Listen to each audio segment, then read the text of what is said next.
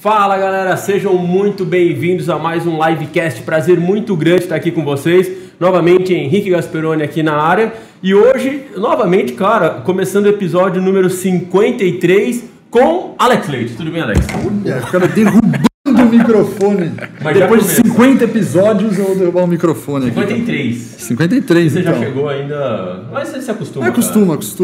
Dá pouca palestra, fala pouco. Tudo bem, meu cara? Beleza? Hoje nós temos um convidado especial, hein, cara? Especial.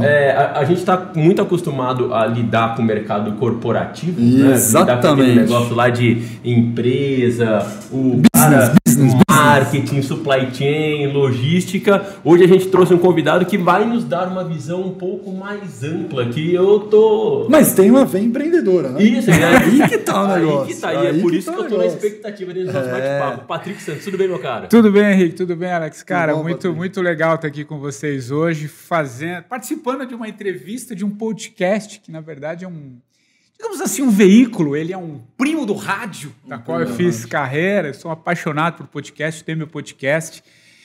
E que nada, cara, eu vou aprender com vocês aí sobre empreendedorismo. Não, é que você sempre, na maioria do seu tempo, você está entrevistando. Estou sempre entrevistando, agora, normalmente, vamos inverter. Por isso ficou 2 por 1 aqui.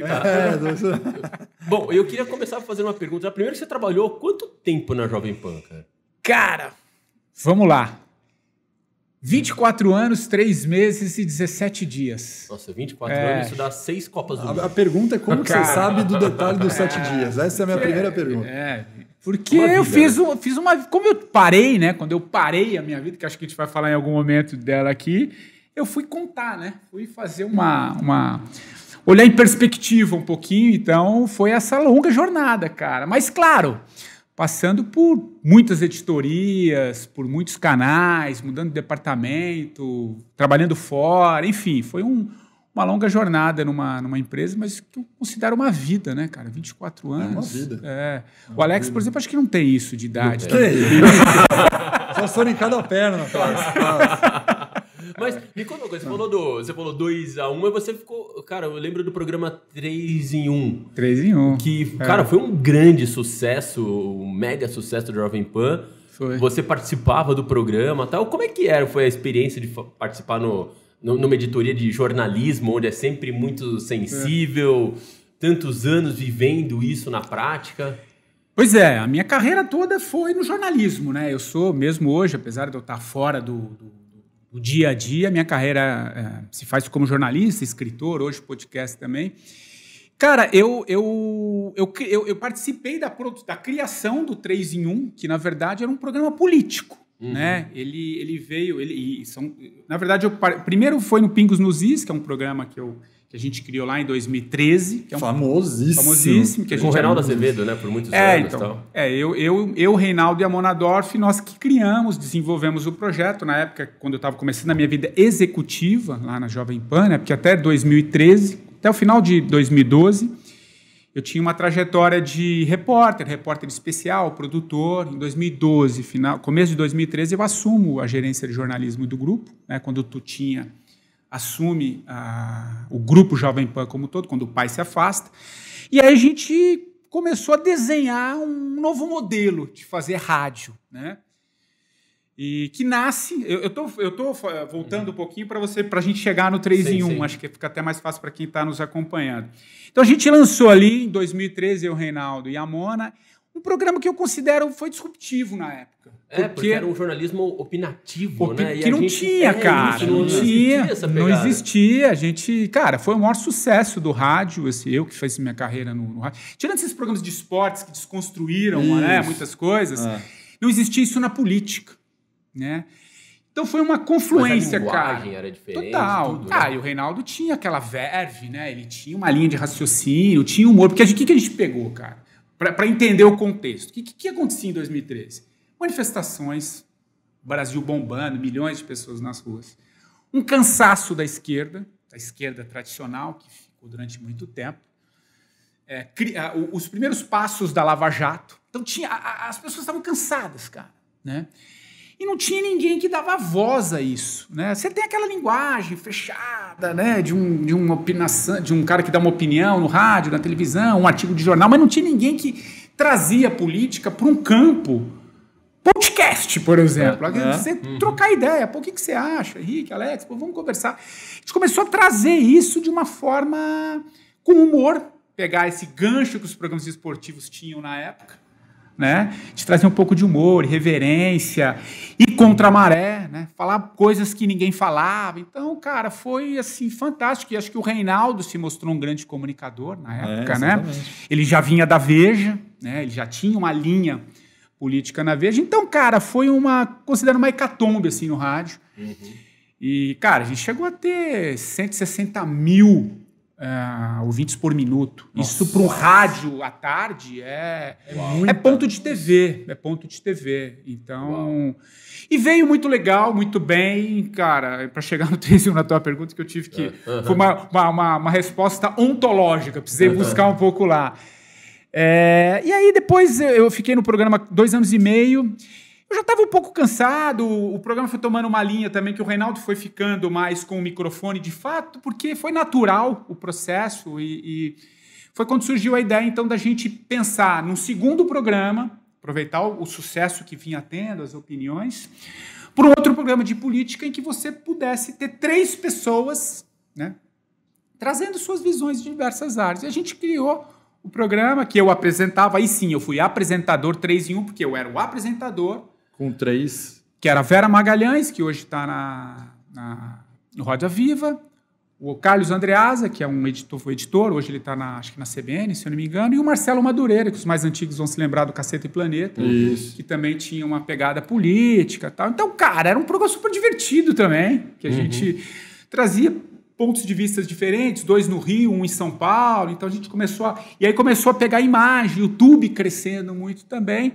Então foi um programa muito legal, assim, que a gente também trazia política de uma forma diferente, teve uma audiência muito legal e ele antecedia os pingos, né? Então a gente dava uma mansada e o Reinaldo chegava e dava aquele tapa no microfone. Agora, eu vou fazer uma pergunta, eu acho que é muito delicada, mas é uma pergunta que todo brasileiro quer saber, todo brasileiro quer entender.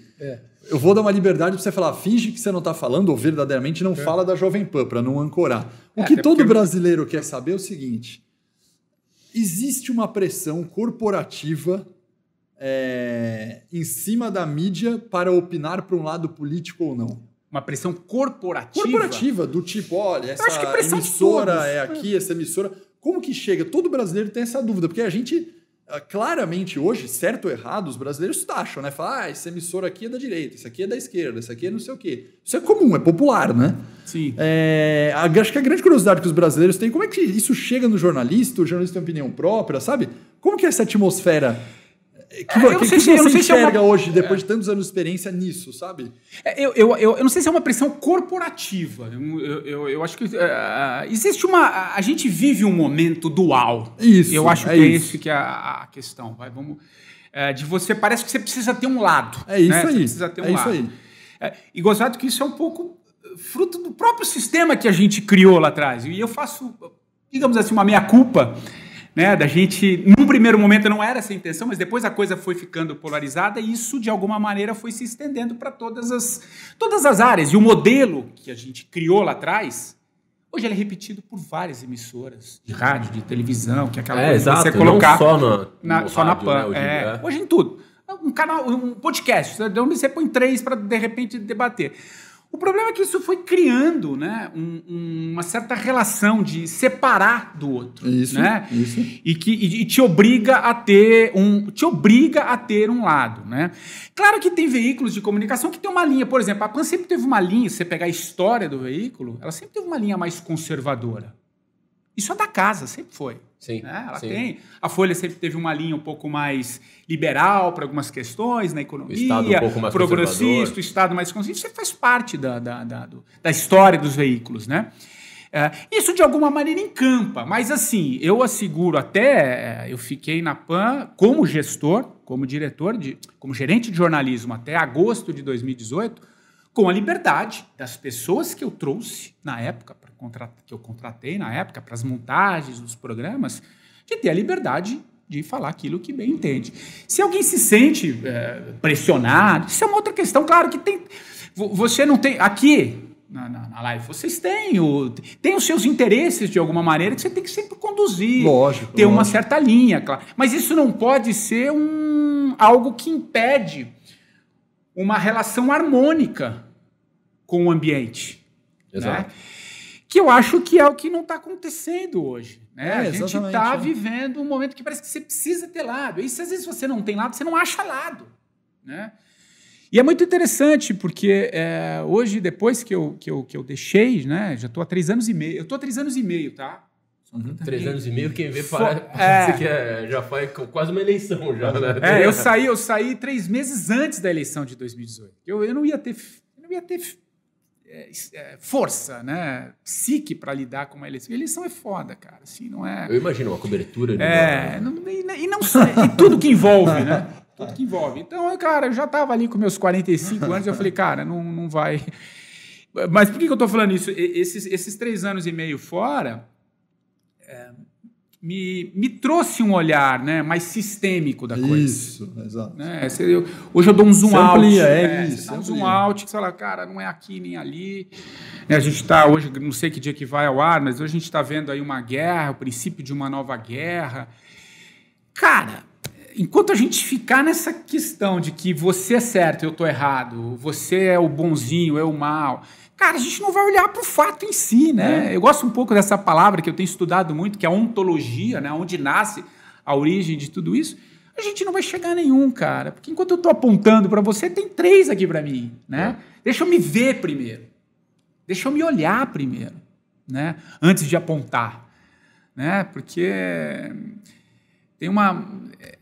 Até a título de curiosidade, eu moro ali em Perdizes, né? na Pinagés, tem uma placa de trânsito, tem um Szinho, cara, que todo mundo faz um Szinho errado para cair lá na Avenida Sumaré. Só que tem uma... Aí, quando começou a ter acidente, a CT colocou uma placa lá, proibido conversão à esquerda. Então, o cara que está vindo lá da Pompeia, ele faz com essa placa, agora ele tem que fazer um outro trajeto, andar uns 150 quilômetros, mas demora uns 2 minutinhos a mais. 50 metros. 50 metros. 150 metros, tem que fazer um quadrado, digamos assim. Meu irmão, no começo todo mundo, depois, cara, deixa eu fazer o Szinho aqui, é mais rápido, cara, é mais rápido. Te dá um jeitinho aí. Comecei a filosofar um pouco. Esse cara que faz a conversão errada é o mesmo que está falando que a culpa é do Bolsonaro, que a culpa é do Lula, que a culpa é do Henrique, meu chefe. Você compreende? Mas isso é um exemplo menor. Não é menor, cara. Não é. Enquanto a gente ficar nessa de olhar o outro e não olhar o que eu faço, não vai. Então entra muito nisso. Eu cheguei nesse fim para dizer que, cara, enquanto a gente ficar nessa dualidade, nessa coisa binária de que certo e errado, lamento informar que a gente vai ficar patinando aí, que cara. Tem até uma pergunta que a gente faz de filosofia, a gente usa em aula aqui essa pergunta, né? Que legal. De vez em quando a gente usa a pergunta, você acha que a classe política representa você lá em cima? Qual que é a resposta? Fizer uma pesquisa? Não, né? Não. O cara não me representa, né? Mas, na verdade, a classe política lá é o espelho do que a gente é. É isso aí, dos nossos hábitos, das nossas atitudes. É isso. Representa claramente. Nós estamos lá. Porque se a gente furar fila, perfeito, só de furar fila... É isso. Por exemplo, eu ando de bike, né? Você deu o exemplo do S. Eu ando de bike. Agora, diminuiu, na pandemia diminuiu absurdamente. Mas pré-pandemia, cara, ciclofaixa da Faria Lima, era muita gente. É muita gente. Com patinete, o caramba. Cara, o cara fura, ainda anda pela contramão da ciclofaixa, entendeu? Então, pensa, se o cara anda pela contramão da ciclofaixa, é quase a mesma... acesso a dinheiro público... isso, exatamente. Porque a cultura... Porque da onde vem isso na cabeça do mundo, né, dos seres humanos, mas do brasileiro, né? Cara, se eu vi um cara andando na contramão, eu posso andar também. Exatamente. O cara fala, se ele faz, eu faço. Então virou uma cultura do tipo, cara, já que um pode, eu posso. Não é tão errado assim. É isso, cara. Se o cara ficar exposto ao ambiente, já que ele rouba dinheiro, eu posso também. Eu sou mais um aqui no bolo. Não sou eu que estou fazendo isso. Então, é igual, idêntico, né? Perfeito, é isso. Isso. Sabe que essa é a questão. Esse é o ponto. Essa é a natureza da cerca. Né? Que a gente fica olhando, a gente está olhando, tudo está dentro da cerca. Mas a natureza está fora, porque ali a gente está fechado num pequeno mundo, cara. Então, lembra no começo da resposta que eu falei, quando você dá um zoom out, você fala, opa, Tem mais coisas aqui. Tem outras coisas acontecendo. Ia passar muito pelo conceito de civilidade mesmo, sabe? Como Perfeito. todo. Porque eu me lembro que uma vez eu estava nos Estados Unidos com um amigo, com o Richard, que é meu sócio, que fundou a Live junto comigo. E nós fomos no mercado e aconteceu uma situação interessante, né? Na verdade, aconteceram duas coisas numa só. Era a época de Copa do Mundo. Lembra? E tava uma febre daquela galera colecionar as figurinhas, sabe? Do álbum da Copa. Da Panini, né? Da Panini e tal. Aí eu fui, cara, e a gente ficou na fila, né? E ele comprou algumas outras coisas. E aí no mercado, quando você tá em dois e vê duas filas grandes, o que você faz? Você vai lá, eu fico aqui. A caixa que chegar primeiro. Exato. Você vem de lá, eu venho daqui. Exatamente. Aí eu me lembro que a gente estava em Boston. A gente tinha ido visitar algumas faculdades para ter ideias aqui para live, conversar com professores e tal. E nós estávamos no mercado, eu não lembro qual mercado que era, mas a gente estava na fila. E aí a minha fila andou mais rápido. Aí eu cheguei para ele e falei, vem pra cá, né? Ele tava com um carrinho de coisa, veio e comeu comigo. Um cara chegou atrás de mim e falou o seguinte, olha, você não vai entrar aqui. Aí eu falei, não, mas eu tava aqui na fila. Ele falou, mas eu só vim atrás de você porque eu vi que você não tava com nada na mão. Aí eu falei, puta caraca, é verdade, né? Aí eu peguei e falei, beleza, volta lá e tal. Eu tava com as figurinhas, eu tava com um bolo de figurinhas. E eu contei. Falei, dei 35. Aí eu dei pro caixa, a mulher virou pra mim e falou o seguinte, quantas tem? Eu falei, 35. Eu falei, você não vai cobrar? Ela, não tem 35? Aí, assim, e nessas histórias, quando eu trouxe aqui pra live, sabe, eu comecei a ver que como formação, a minha formação tinha sido diferente, sabe? Foi uma aula de civilidade. Lindo, cara. Isso é lindo. Foi uma aula de civilidade. É aí que tá a mudança. É aí. Você sabe qual foi a primeira coisa que a gente fez aqui? A gente tem uma lojinha aqui com produtos da live, bebidas, que a gente coloca tal. O que a gente coloca? A lojinha, uma maquininha de cartão e um baúzinho pro cara pegar o dinheiro, para se ele quiser, ele se serve, ele pega, ele dá o troco, ele faz tudo. E, cara, a gente não tem problema nenhum. Porque, de fato, a partir do momento em que você é exposto a situações onde você tá lá com situações que você é colocado à prova de uma forma sincera e honesta, a galera entende. E é isso que a gente tem que estimular, sabe? Eu acho que parte muito disso. Da galera começar a falar, qual que é seu lado, qual que é seu rótulo, o que você quer. Te colocar em caixa, né? Isso. Aí você é no combo, então você tem que ser aborto, não sei o que lá, o outro, não sei o que lá. Porra, cara, chega acho que disso, sabe? Acho que tem que evoluir como nação e começar a pensar de uma forma mais ampla, né? Com essa ideia do zoom out. Perfeito. Eu tenho uma pergunta pra você que é... Cara, eu nunca parei pra pensar, mas hoje eu me vejo, né? Você falou que ficou 24 anos na PAN como um todo. Eu tô na live há 16, 17, né? 17, fundou a live, 17, até a tatuagem do logo da empresa.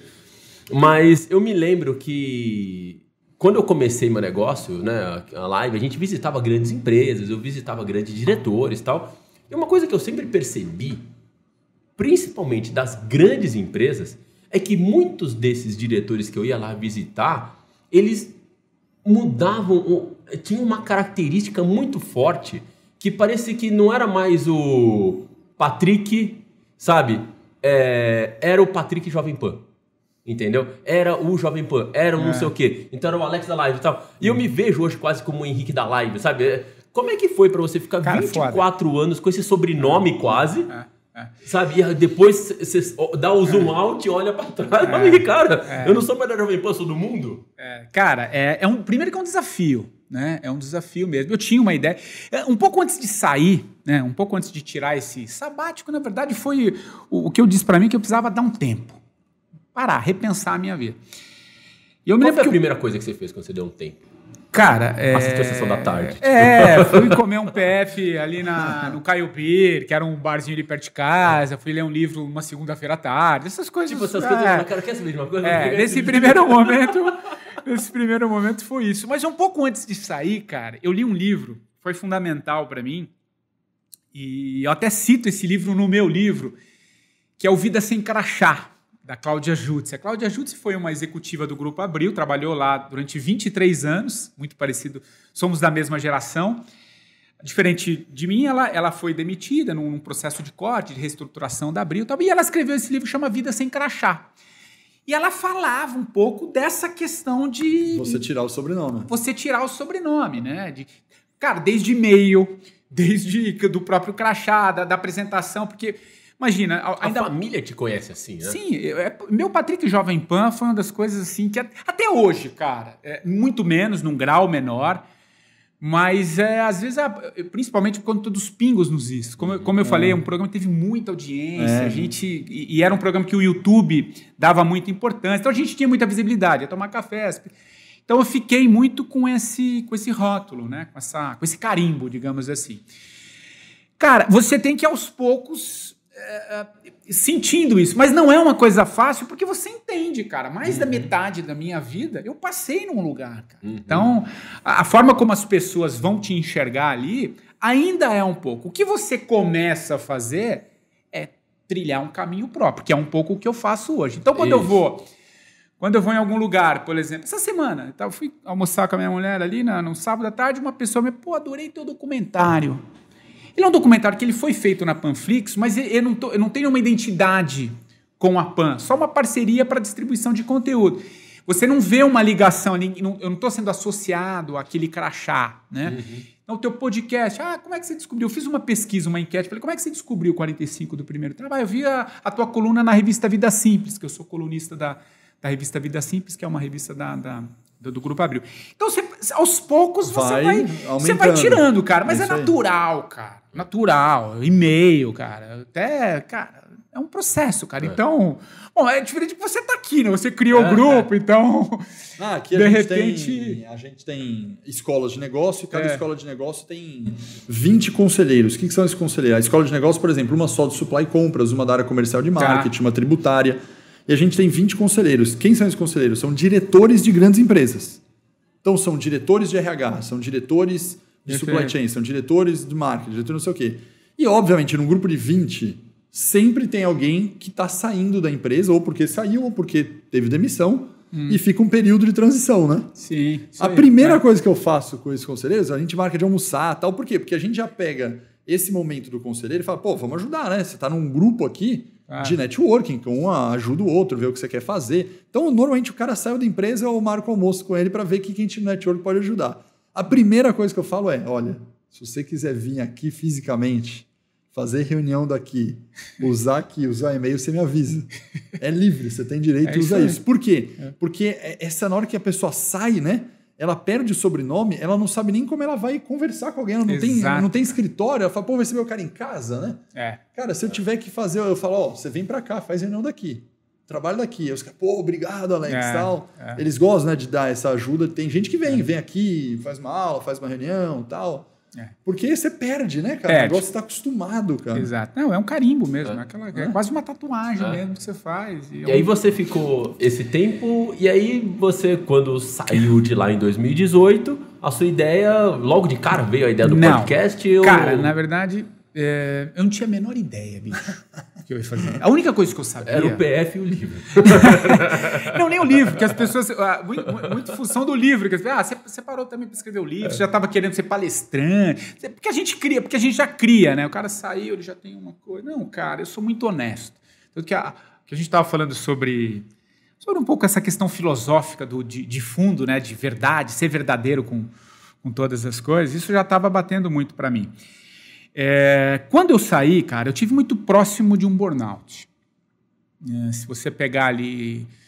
começo de 2017, eu já não estava legal. Não estava legal. 43, 44, meu corpo, cara, sabe? Começou a pipocar, estômago, processo criativo, não estava legal. Mas você se sentia, sei lá, cansado? Cansado, não estava legal. Porque, cara... É uma resposta longa, mas assim, eu já comecei a ver as coisas diferentes. Entendi. A política... É tudo aquilo, cara. Você tá vendo tudo aqui, né? Só que você começa a entender que a questão não é aqui, ela é um pouco pra cá. Só que o meio e... Estamos aqui num podcast. Cara, vamos lá, vamos falar a verdade. Cara, não é só aquilo, cara. Não adianta você ver o mundo a partir daquele mundinho de direita e esquerda. Tem outras questões, você fala assim, mas por que você não trouxe esse olhar? Porque não é que não caberia, mas não cabe. A gente está numa locomotiva que é o mundo binário. É isso aí. Isso começou a me fazer mal. Falei, não, peraí, não é aí, cara. Não é isso que... E aí, com uma questão também muito da minha própria história de experimentar e ver. como todo jornalista, uma grande parte dos jornalistas jovens, quando você começa na faculdade, você tem um ideal meio de esquerda. Isso é batata, meu irmão. O cara tem isso aquela coisa... Isso você acha que é... Hoje está mudando, mas antigamente, cara, era o ideal mais de esquerda. Mas é muito forte, né? Influência dos professores. Tudo, cara. Muito, então, o ambiente... Acho que até o ambiente educacional... Também. Só você pegar as universidades públicas. Não só no Brasil, né? É um contexto mundial. Então, eu nasci um pouco dentro desse ambiente, vesti essa camisa durante um bom tempo. Até que chegou ali já com meus 30 e poucos anos, me veio uma oportunidade de trabalhar com essas primeiras pessoas que começaram a trazer esse conceito mais da direita. Não é direita, um olhar mais conservador sobre as coisas que dava um pouco esse conflito. E foi uma oportunidade linda de conhecer o outro lado. Por que eu estou falando de esquerda e estou falando de direita? Porque eu me considero um privilegiado por ter navegado um pouco nesses dois ambientes para chegar aqui e falar para vocês que não é aqui nem aqui. Tem coisa boa aqui, tem coisa boa aqui. É isso. Por onde nós vamos? Né? É um outro... Eu acho que essa espiral que a gente não saiu ainda, essa espiral que é o que move a mídia hoje. Mas você não acha que é uma discussão muito quinta série essa? A gente... esquerda e direita... eu acho, mas é a discussão que está... Concordo contigo. Porque o problema não é esse. A questão não é essa a questão. A questão é o que a gente estava falando sobre a hora que você estava na fila do supermercado lá. Aquela é a questão. Porque a grande crise que a gente vive, cara, é a crise da verdade. Só ser verdadeiro. Vocês trabalham com o mundo corporativo. Não vai ter saída se a gente não ouvir o coração, meu irmão. E o que é o coração? É a tua verdade. A forma como você se relaciona com a tua estrutura é o que vai ser a tua estrutura. Mas tem horas que você precisa ser mais incisivo. Não. Tudo bem, faz parte do jogo, do teu processo. Mas se você não tiver a verdade, não vai. Então, acho que essa é a grande crise que a gente vive. E aí, voltando um pouquinho, isso começou a me fazer mal. Isso não estava legal. Cara, só que eu pertenço à última geração. Hoje eu estou com 48, né? Então, eu pertenço, talvez, à última geração que ainda via com bons olhos fazer carreira numa empresa, sabe? Seguir, né? Eu pertenço. E eu vivi, eu incorporei isso muito forte. Por questões também familiares, estilos de vida, cara, aquilo foi muito forte. Como é que você rompe com um negócio que você está no seu DNA, aquilo que você psiquicamente... Não é fácil, meu irmão. Fiquei 2 anos assim num diálogo que o meu corpo foi começando a me dar as respostas. E eu cheguei num ponto que eu falei assim, cara, ou morre e vê até onde você vai, em coma, ou você tenta sobreviver. Por isso que eu te falo assim, o que você pensou? O que você tinha? Não tinha nenhuma ideia. A única coisa que eu tinha é que aquilo não me servia mais. Mas você não começou, um pouco antes, você não começou a ver por onde você... Cara, não vi. E talvez deveria. Talvez fosse bom ter feito. Talvez fosse bom. Exato. Isso eu falo também nas minhas... Talvez fosse bom. É difícil, cara, porque quando você... Mas aí eu vou entrar na tua resposta, nessa resposta. Eu não tinha força psíquica. Esse é o ponto. E energia para pensar no diferente. Por isso que quando fala plano B, eu sempre tenho um pé meio atrás com o plano B. Eu entendo o conceito do plano B. Eu entendo. Mas o plano B, ele... depende muito como você estrutura esse plano B. Porque se você não for com a tua verdade, que é aquilo que está querendo nascer, primeiro você tem que acabar com o plano A, dar pausa, que é muito que eu falo hoje, dá esse tempo, cara. Você não tem espaço onde não... você não acha espaço numa mente que não tem mais espaço, que está até porque a gente, queira ou não, né? Isso a neurociência explica, a gente trabalha muito com foco. A nossa performance aumenta com o foco. Com foco, é isso. Então, quando você está trabalhando numa empresa e você quer performar dentro dessa empresa, porque você está lá, porque você depende do teu salário, de promoção, de crescimento de carreira lá dentro, você tem o foco para lá.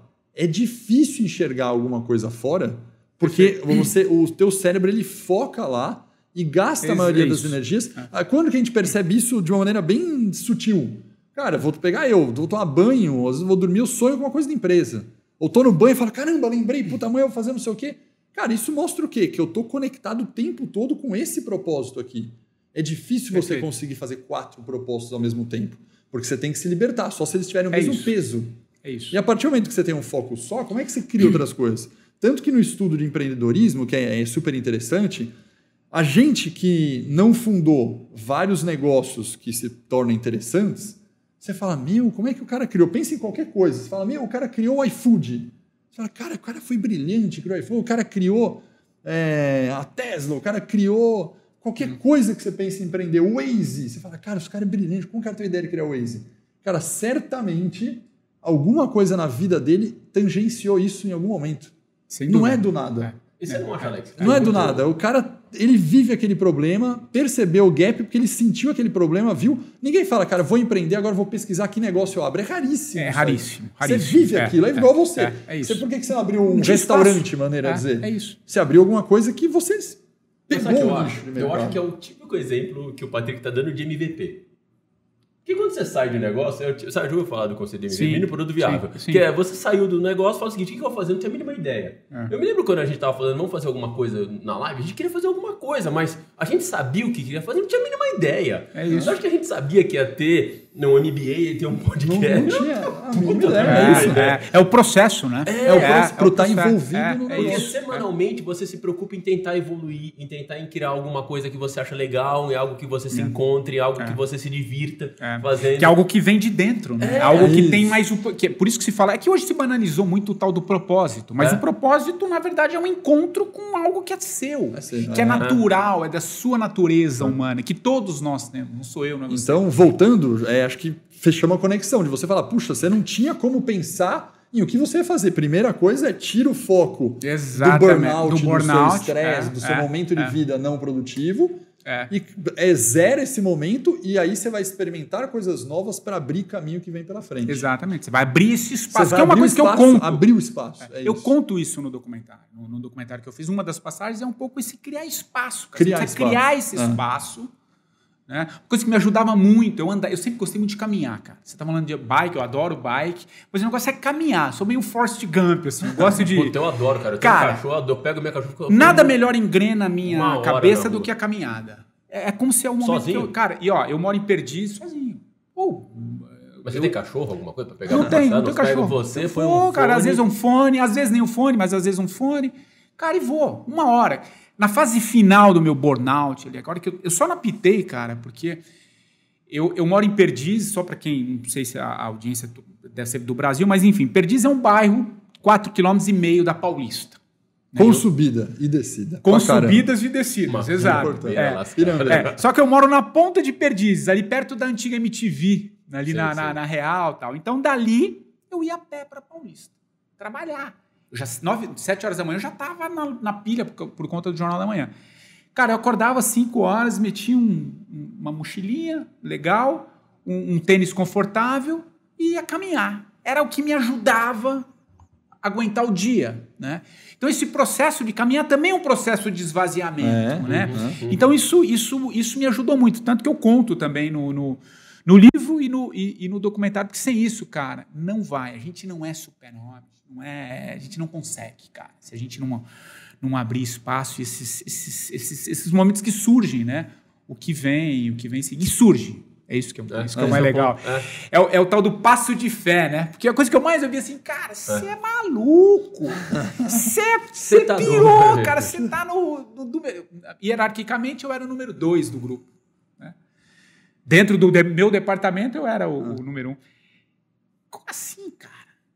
Porque aí você começa a ver, inclusive, o conceito de sucesso. Né? Isso. Que porra que é sucesso? O que é o estar no topo? Friamente, o que é estar no topo?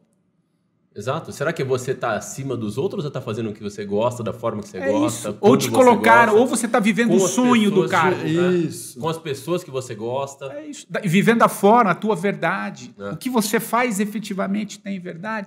Mas isso é muito romântico. Cara, não é. Era. Talvez se a gente pegar as gerações, lidava melhor com isso. Essa geração e essa moçada que está vindo agora, eu trabalhei durante muito tempo com jovens, não é mais, cara. Primeiro que acho que dificilmente eu vou ver alguém que fica 24 anos numa empresa. Mano. É isso. Cada vez mais raro. Cada vez mais raro. Não tem. Porque essa geração já é diferente. Normal, né? Você se aposentava, né? Que esse conceito de você trabalha, né, se aposenta e você vai viver. Só que você morre, né, cara? Você morre. Então, cara, é um redesenho da vida. A gente está vivendo um momento, Sim, muito, muito especial em vários aspectos. O que eu achei interessante é que o podcast é 45 do primeiro tempo. Ah, sabe por quê? Porque todo mundo... o bicho pega nos 45 do segundo. Não, então. Mas aí é que tá. Deixa eu explicar por que 45 do primeiro tempo. Nada a ver. Cara, exatamente essa... É uma expressão. Cara, aos 45 do segundo tempo eu entreguei o meu relatório. Aos 45 do segundo tempo eu vendi a minha casa. É uma expressão popular. É um país que adora futebol, cara.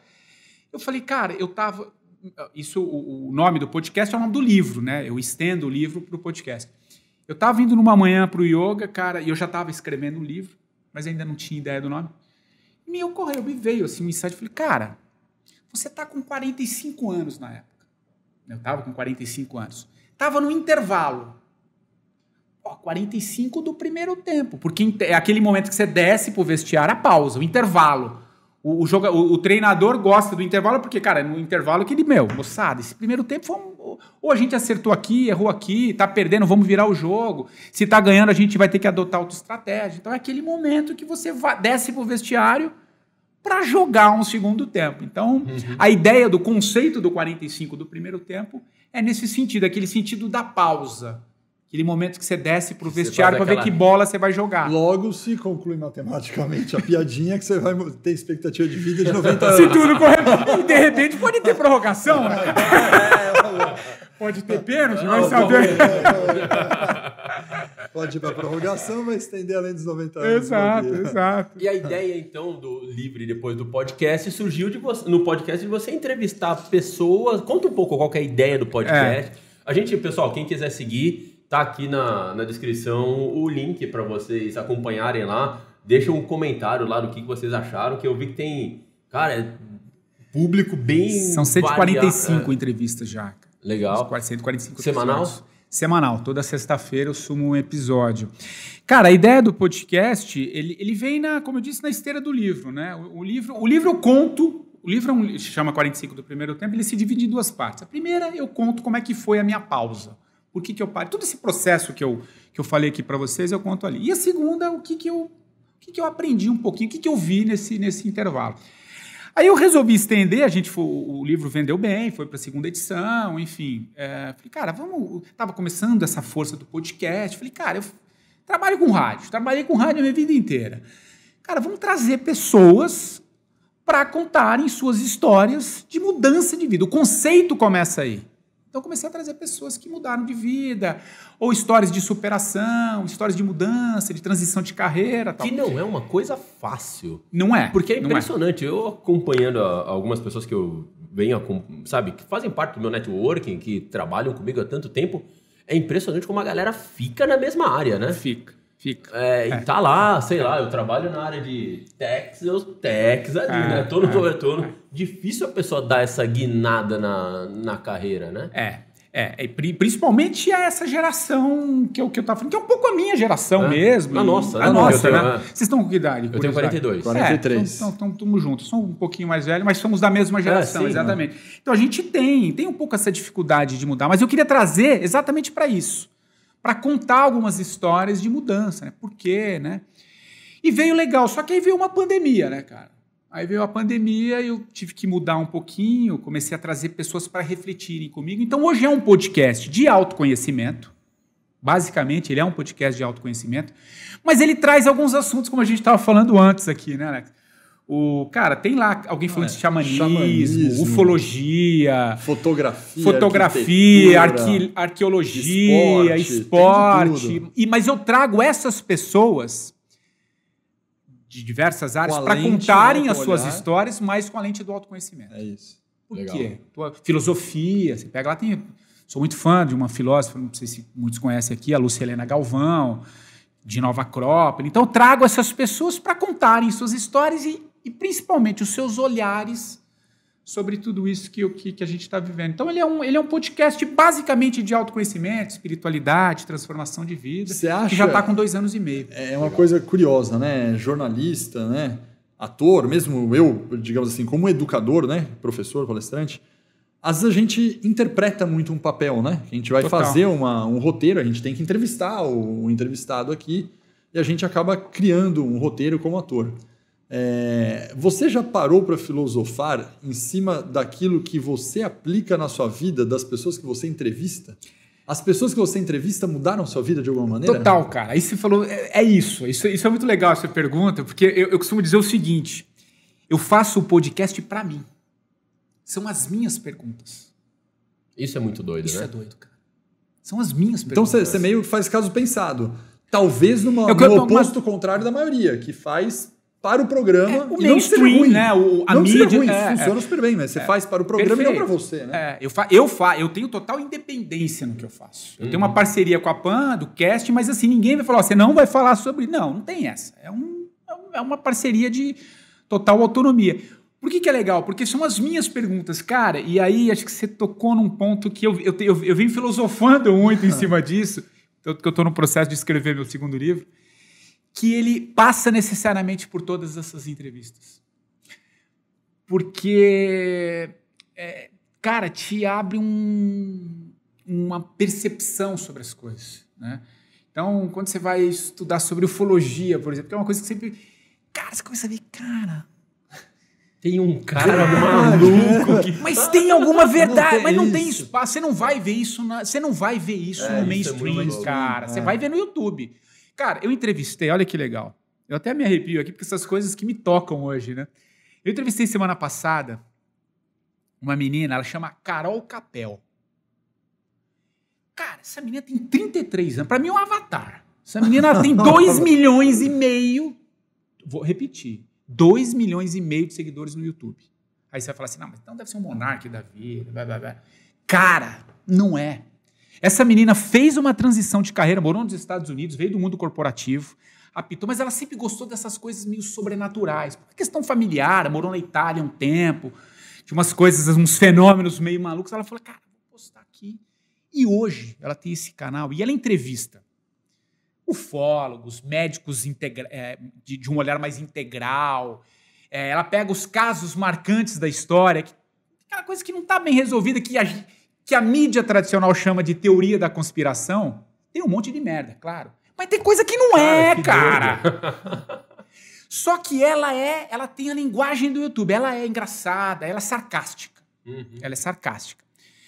Cara, qualquer vídeo que ela posta, depois convido aí, dá uma olhada lá, Carol Capel, 200 mil views num vídeo num dia, trazendo um olhar sobre coisas diferentes. Por que eu tô dizendo isso? Porque você começa a entender, cara, que tem coisas assim fora, lembra que eu falei do começo aqui do papo, que tá dentro da caixa? Que a gente está dentro da caixa? Então tem muitas coisas acontecendo, né? Então eu gosto dessa liberdade, né, porque me traz um olhar sobre muitas coisas que são perguntas que eu estou fazendo para mim. Quando eu quero entrevistar alguém, é alguma pergunta que eu quero aquele cara ali. Claro que eu sei o público que me ouve, eu sei mais ou menos.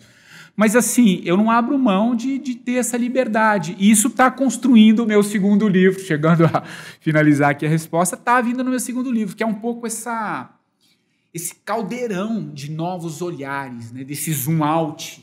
Mas um zoom out que, cara, já tô lá nas Pleiades, né? Você sai muito do foco, mas é legal, cara. Às vezes você se perdeu um pouco, né? Você se acha como você se perde. Né? Então não vamos dizer que a gente pega em todos, é impossível.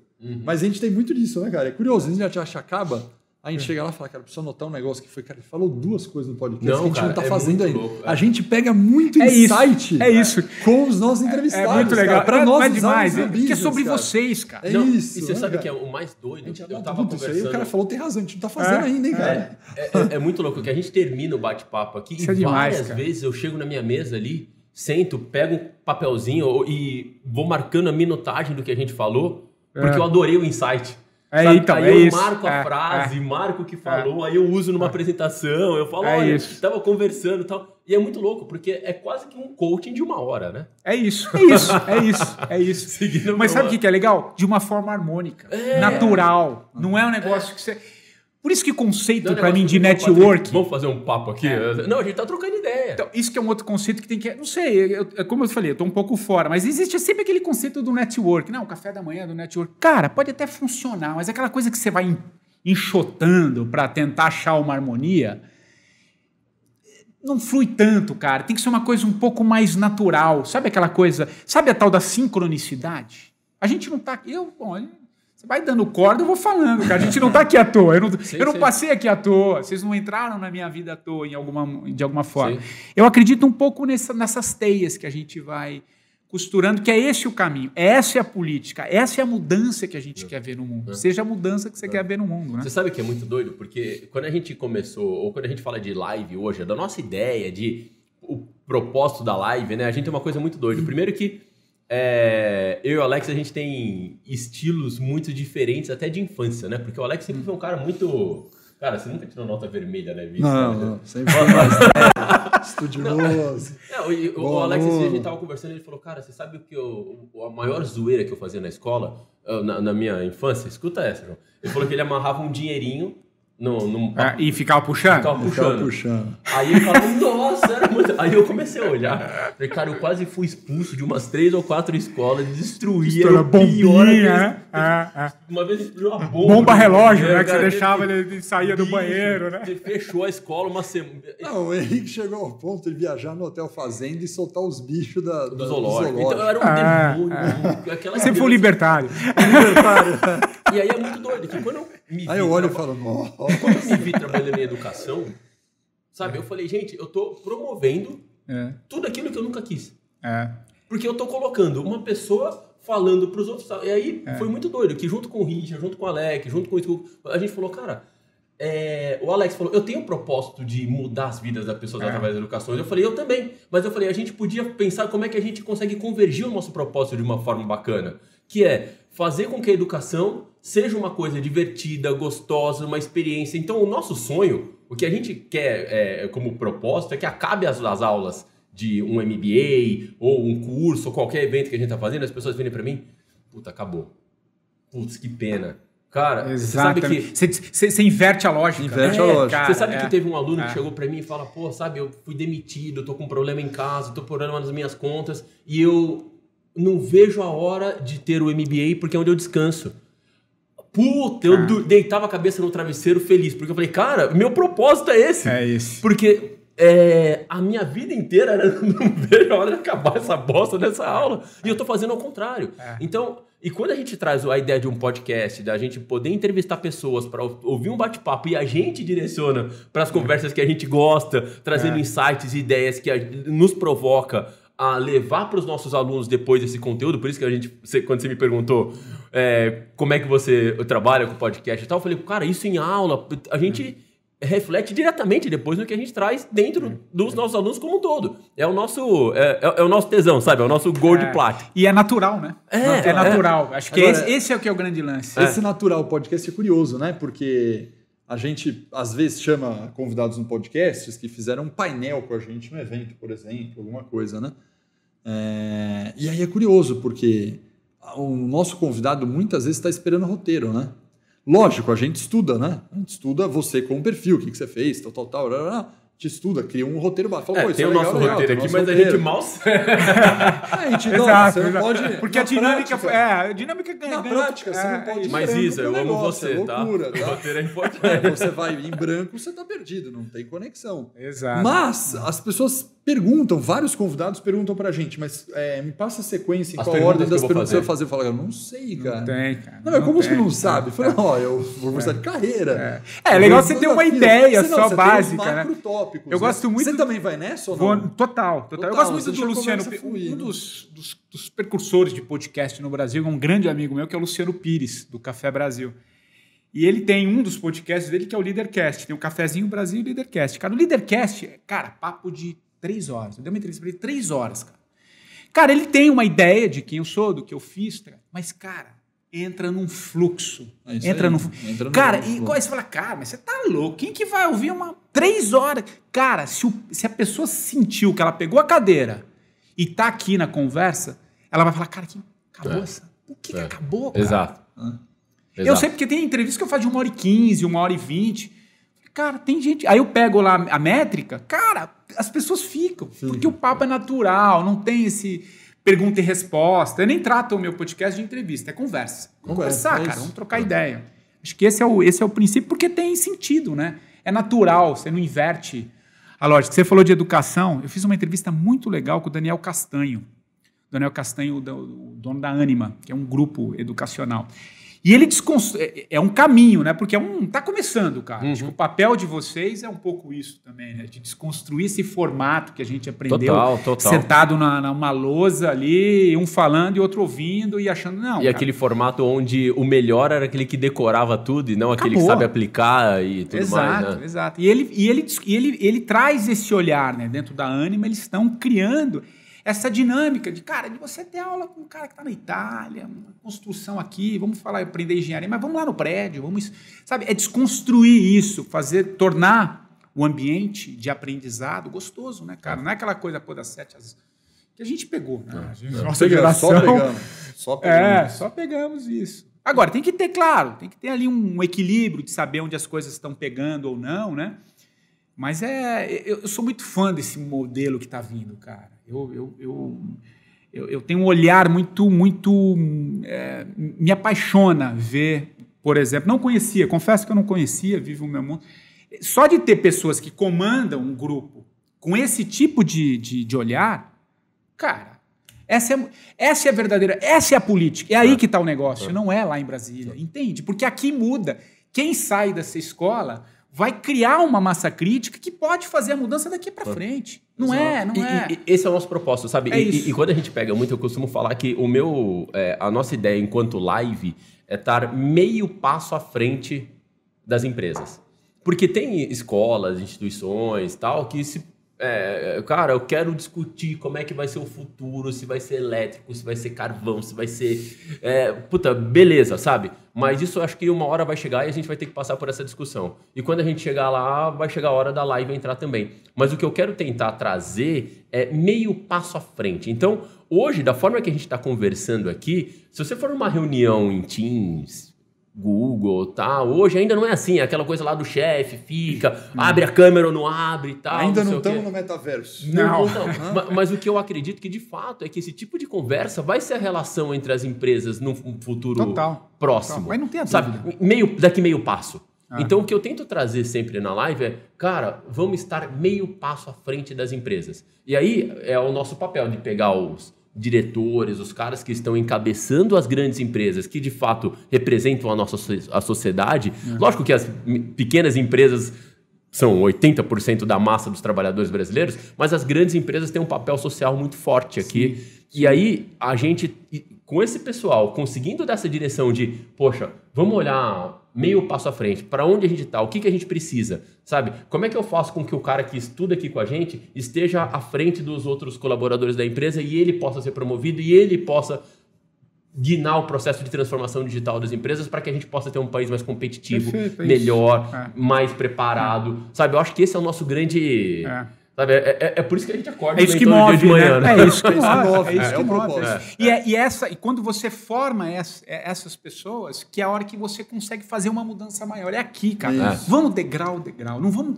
Não é... Claro que tem um problema em Brasília, todo mundo sabe. Mas, cara, vamos começar que seja... Eu gosto muito dessa frase. Seja a mudança que você quer ver no mundo. Começa aqui. Começa aqui na live. Começa na sua empresa. Cara, aos poucos, isso vai criando essa massa que faz a mudança, que vai trazer alguém que tem um olhar mais sistêmico da coisa. Então, é esse o caminho. Eu não vejo, e falo um pouco de alguém que teve ali do lado. Eu trabalhei como jornalista político, cara, pelo menos 15 anos na minha vida. Né? Claro, a política é fundamental, não existe mudança sem política. Né? Mas, cara, a gente precisa mudar um pouco esse olhar. A gente precisa acabar com essa coisa binária, de achar que é esse ou aquele. Não é por aí. Eu concordo plenamente. Não é, e achar esse caminho do meio, que é um pouco esse equilíbrio, mas não é um equilíbrio, eu não decido. Não é, cara. Não é o equilíbrio em cima do muro, né? Não é. Exatamente. É legal você olhar sobre o muro, talvez, né? Acho que essa é a grande questão e essa mudança. Você sabe que a gente teve em Israel, numa missão de inovação que a gente fez, muito no sentido de discutir muito mais os pontos, entender por que Israel é a potência, por que Israel tem o segundo maior país em números de startups na Bolsa Americana, só perde para os Estados Unidos, sendo um país do tamanho de Sergipe. Então, diversos aspectos e tal. E um dos pontos que eu achei interessante, olhando pelo lado político deles, conversando com um representante de lá, ele fala, olha, a gente tem uma pegada muito forte de tentar entender as diferenças do governo no que a gente converge. Quais são os pontos nossos que nos unem? Vamos trabalhar em cima deles. Já que a gente foi eleito para estar aqui 4 anos, o que nos... Sabe, as diferenças a gente pode deixar para os próximos, mas vamos trabalhar agora no que nos une. E eu achei isso muito forte, legal, sabe? Porque os pontos fortes, né? Exato, né? É legal. Patrick, cara, o que você concorda? E o que a gente concorda? Tá bom, cara, esses pontos aqui a gente vai deixar de lado porque a gente vai brigar e não vai dar certo. Agora, o que a gente tem em comum aqui? E é um país muito forte sobre esse aspecto religioso, né? Então é muito mais sensível às discussões, né? Porque a gente está falando de muçulmanos, judeus, católicos e tal. Então são discussões... A história está lá, né? E eu achei muito legal esse olhar sobre a política de uma forma diferente, né? E a gente só bate no que discorda, bicho. Exato. E a gente perde um tempo danado, cara. E aí você fica buscando aquele que converge com aquilo que você acha que é o que você pensa. Mas que, na verdade, você só está buscando. Não, eu acho que a gente não pensa por conta própria. E só vai pro pau. Cara, a gente precisa pensar por conta própria. Sabe, é fazer um pouco o teu... não recebe pronto, cara. E tá falando de alguém aqui que teve do outro lado. Começa você a pensar um pouco sobre as coisas. Eu fui criado pela minha avó. Minha avó tem 91 anos. Minha avó foi semi-analfabeta. Teve um processo de alfabetização mais tarde. Pessoa extremamente humilde, mineira, aquele jeito mineiro de ser.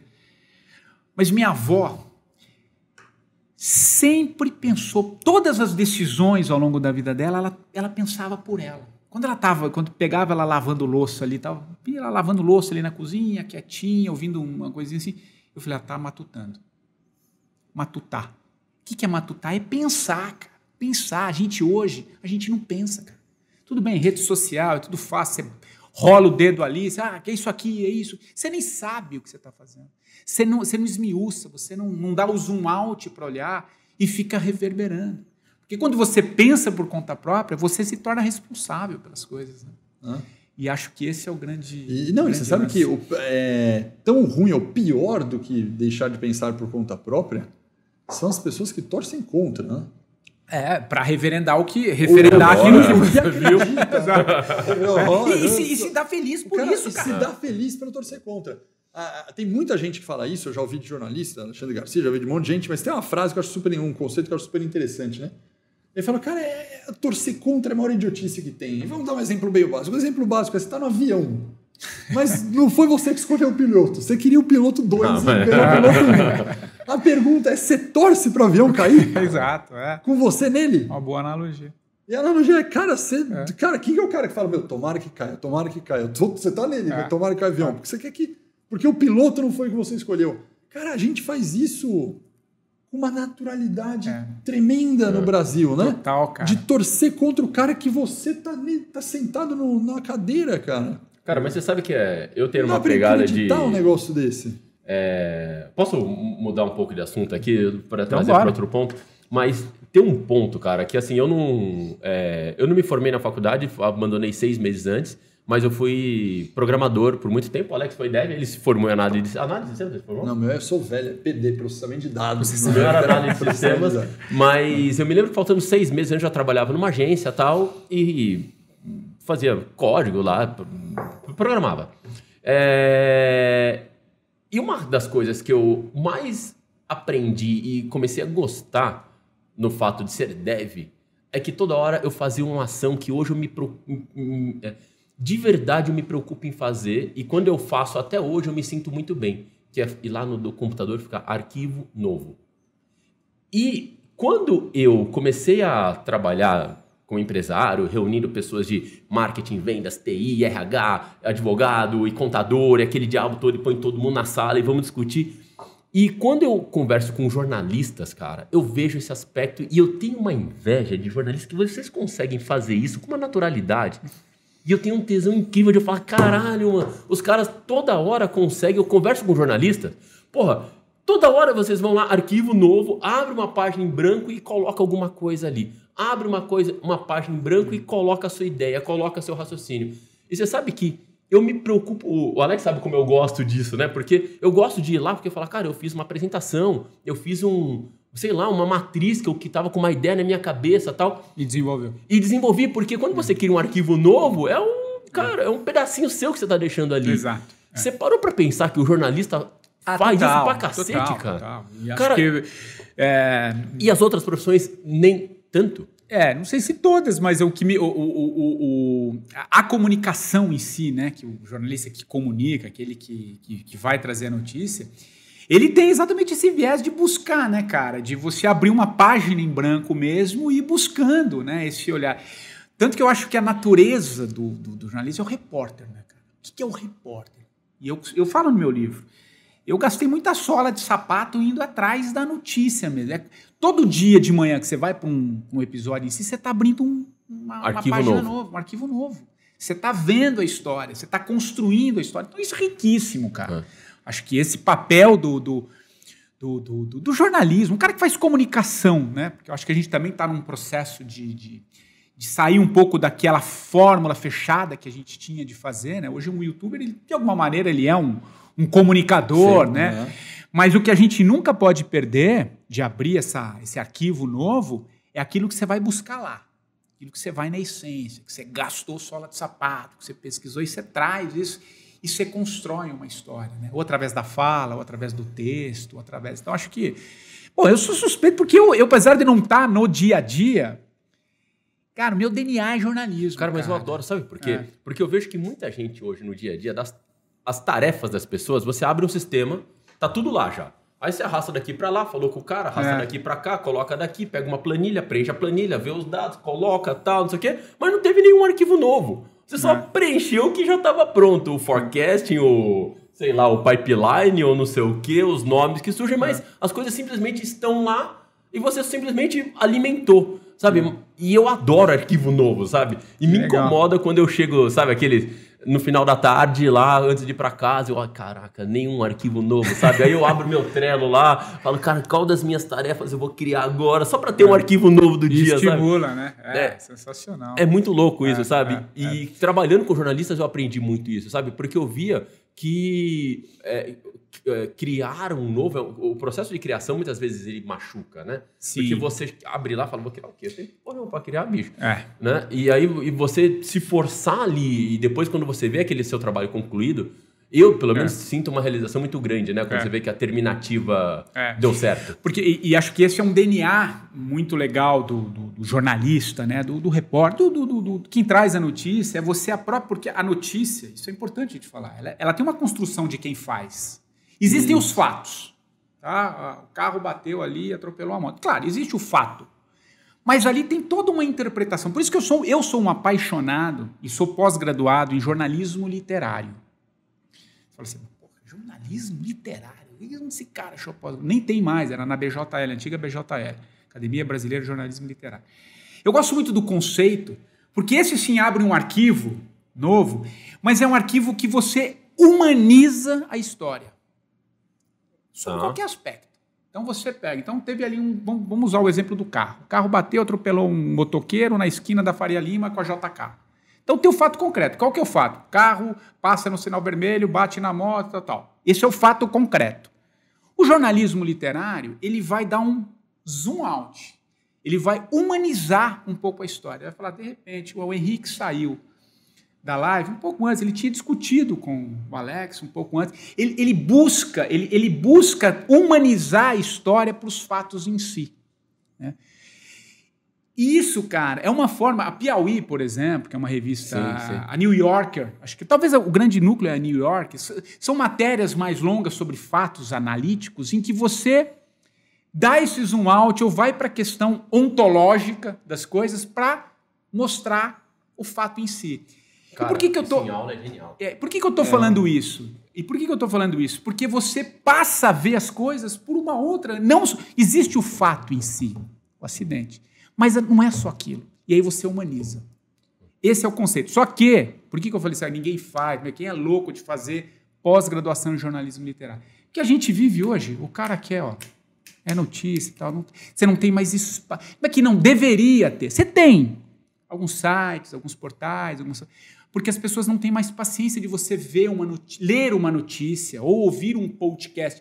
Mas se você entender o sentido, É maravilhoso, cara. Maravilhoso. Essa é uma forma de você... E aí, cara, você vê que no final tudo converge pro humano, pro ser humano. Você não faz um recorte das coisas, você vê a coisa por um outro ângulo, você humaniza. Então, eu sou um apaixonado por esse arquivo, então, voltando só à resposta, que é uma... Quantos arquivos eu não consegui abrir ao longo da minha vida, interpretando a notícia, claro, passa pelo meu crivo, meus valores, a forma como eu vejo. Então, mas essa é a graça da história. Essa que é a graça. É o seu talento. Claro. E ninguém consegue fazer igual a você, porque é seu. É seu. Eu conto isso no artigo que eu escrevi na Vida Simples semana passada, autenticidade e originalidade. Isso. Como assim, cara? Eu prefiro ser autêntico do que original. Lógico. Eu prefiro ser autêntico. Né? Quando eu fui escrever o livro, assim, ficava aquela história, né? Eu ficava comigo, meu Deus. No primeiro momento foi escrever, cara, legal, escrever um livro, contar a minha história. Depois eu fiquei assim, cara, você tá maluco? Quem quer saber da tua história? Tem um monte de livro de empreendedor. Você tá maluco? Você fica no duelo mental. Até o momento que eu cheguei, eu falei assim, cara, sim, todo mundo, tem um monte de gente que escreveu livro, mas tem um livro que não foi escrito. O meu. A minha história. É isso. Cara, isso foi como se eu tivesse assentado para ter a liberdade, né? Então não precisa ser uma coisa original. Nossa, tem que escrever um livro sobre... Não, cara. Seja autêntico. A autenticidade te traz originalidade de outra maneira, né? Sabe qual que é o grande insight que você falou quando você traz um negócio desse? É a gente parar para pensar nas empresas e quando a gente está fazendo algum projeto, numa negociação com seu fornecedor, quando você está preparando a palestra para conversar, para mostrar, sei lá, algum resultado, ou quando você vai falar com uma equipe comercial, com uma agência de marketing para passar o briefing, entendeu? Seja autêntico. Seja autêntico. Esse é o ponto. Esse é o ponto. Mas esse é o seu talento. Não se preocupe em querer. Não, mas pô, vou copiar. Bicho, seja autêntico. Seja autêntico. Sabe, e é isso que conecta. É isso que conecta. E aí você fala de uma coisa importante que é, às vezes, nós temos um medo de admitir que a gente tem viés. Não o viés ruim, o viés nosso, né? Sim. A gente é carregado da nossa autenticidade, do nosso viés, pro bem e pro mal. A gente interpreta e coloca de fora de um jeito que é enviesado para o seu natural, né? E as pessoas têm medo, né? Né, que você fala no seu podcast de muito autoconhecimento. Cara, se autoconheça para descobrir aquilo que você tem de viés por trás do seu. Inclusive, entender que você é dual, né? Isso. Por exemplo, se daqui a 2 semanas a gente voltar aqui, talvez algumas coisas para mim mudaram, né? E tá tudo bem. Não, e bom assim. E ótimo. Imagina se eu tivesse igualzinho, mais 1h30 de conversa. E não, cara... É autenticidade. E entender que a gente passa num processo, cara. Eu pego meu livro hoje e falei, cara, aquele é o Patrick quando tinha 45 anos, hoje é outro. E tá tudo bem. E ele cabe para quem tá lendo ali, né? E o que vem pela frente. Então a gente tem que entender isso, porque você sai de caixa, cara. Você sai daquela coisa, tem que ser. Não, cara, não tem que ser nada. Amanhã é outro dia. Entendeu? Desde que você seja original na origem, né? Do fato em si, quando você abre o seu arquivo. Né? Então, acho que isso é Você olha, curiosidade agora que você falou, se você fosse ler o seu livro inteiro hoje, cara, né? Você falaria o seguinte, nossa, aqui eu precisaria mudar, aqui você tem muito... cara, a questão... Mas diz que todo autor é assim eternamente. Mas é que tá, não é mudar, cara. Eu acho que mudar seria injusto comigo. Isso, talvez né? você já está numa maturidade de falar... Eu não estou honrando, eu não estou me honrando. Porque aquele... Perfeito. Tem um episódio no final. Meu livro é curto, cara. Você lê em 1h30. É um livro curtinho. Eu tenho uma linguagem meio oral, né? A minha escrita é oral. Isso veio do rádio. Então ele tem uma certa... É fácil de ler, né? Então em 1h30 você lê. Mas tem um capítulo no final que eu falei, cara, que é uma relação que eu tenho com meu pai. Que eu abri meu coração, assim. Foi um livro de... Né? Fiz terapia em praça pública ali. Eu conduziria com outro olhar. Hoje, mas olha que legal, eu precisei ver aquilo, talvez daquela maneira, para entender que eu acho que eu poderia... Hoje eu vejo diferente, né? Mas está lindo. Mas está lindo, é isso. É isso. Mas eu acho que essa maturidade... Talvez no segundo livro já venha. Eu acho que essa maturidade sua, desse autoconhecimento, de ler para trás, falou, esse é o Patrick daquele ano que eu escrevi. É isso. Eu acho que muitos autores, me arrisco a dizer que muitos autores não têm, né?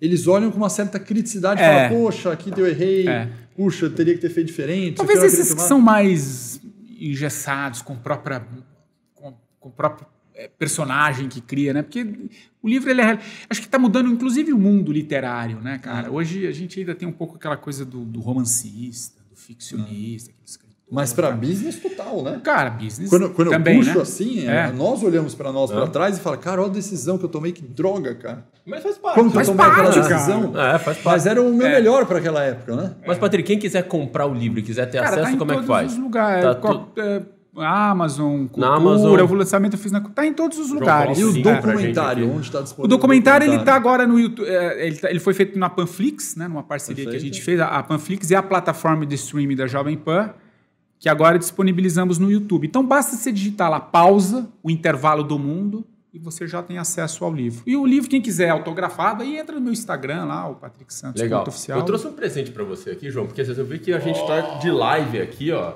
e você não. Então eu vou deixar aqui para você se tornar um liver também aqui, ó. Sim, eu preciso aprender a empreender com essa turma toda aqui. Mas você já empreende agora. Legal, cara. Nossa, maravilhoso. Camiseta liver também. Patrick, de verdade, cara, obrigado pelo nosso bate-papo. Você viu que já passou 1 hora e tá lá. Pô, então já sinal que foi bom o papo, né? Se deixasse ir embora, né? Vai embora. Patrick, legal, cara. Quem quiser bater um papo com você, encontrar, trocar ideia, como é que faz pra te achar? Eu acho que o melhor caminho mesmo é o Instagram. Eu tenho as redes sociais, assim, o Instagram é o patricksantos.oficial lá, então manda no direct, enfim, ali tem um meu arquivo, onde está lá o meu documentário, podcast, todos os livros indicados uma parte do meu podcast é sempre eu peço para um entrevistado da semana indicar um livro. Então a gente criou uma página na Amazon com todos os livros indicados, são 140 livros. Tem um conteúdo riquíssimo, né? Porque é um livro que marcou a vida daquela pessoa.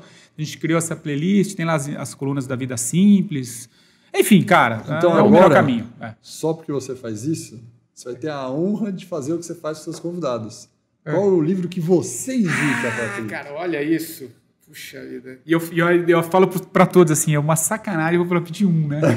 Agora você tem que sair da sua pergunta. Cara, são muitos, mas é o que me vem. Eu gosto muito de um livro chamado Um Adivinho Me Disse. É um livro, cara, eu acho que não deve ter mais, talvez em sebo, é de um jornalista italiano chamado Tiziano Terzani.